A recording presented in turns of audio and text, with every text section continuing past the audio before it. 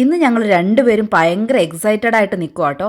വേറൊന്നും കൊണ്ടല്ല, നമ്മളിവിടെ വന്നിട്ട് ഏകദേശം 2 വർഷം ആകാറായി. അപ്പം നമുക്ക് ഇവിടെ ജോലിയും പഠിത്തവും എല്ലാം ഒരുപോലെ നടന്നുകൊണ്ടിരിക്കുമായിരുന്നു. അപ്പോൾ ഇപ്പം നമ്മുടെ പഠിത്തം എല്ലാം ഏകദേശം അവസാനിച്ചിട്ടുണ്ട്. ഇന്ന് ഗ്രാജുവേഷൻ ഡേ ആണ് കേട്ടോ. അപ്പോൾ ഇന്ന് ഭയങ്കര എക്സൈറ്റഡ് ആയിട്ട് നിൽക്കുമായിരുന്നു. അപ്പോൾ നമ്മൾ നമ്മുടെ ഫ്രണ്ടിൻ്റെ കൂടെയാണ് പോകുന്നത്. വന്ന് കയറിയപ്പോൾ തന്നെ അവളൊരു ഫ്ലവറൊക്കെ തന്നിട്ട് നമ്മൾ അതിൻ്റെ അകത്തോട്ട് തന്നെ കയറ്റിയത്.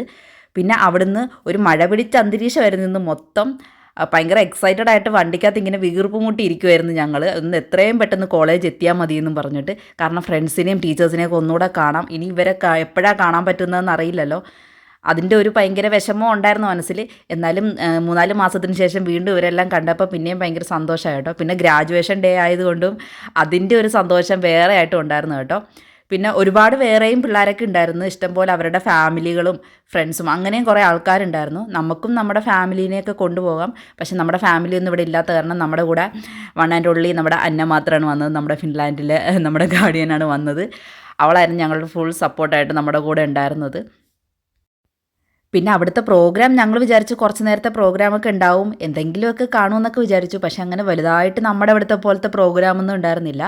1-2 ആൾക്കാർ വന്നും പാട്ടൊക്കെ പാടി.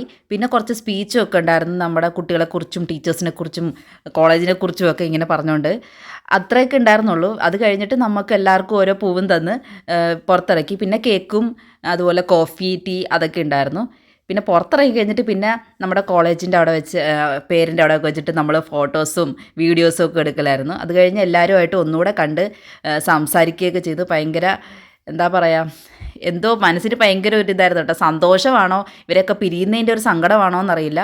മനസ്സിന് ഭയങ്കര ഒരു ഇതുണ്ടായിരുന്നു. എന്താണെന്ന് എക്സ്പ്രഷൻ എന്താണെന്ന് എനിക്ക് കറക്റ്റായിട്ട് അറിയാൻ പറ്റില്ല. പക്ഷേ ഭയങ്കര ഇതായിട്ട് നിൽക്കുമായിരുന്നു.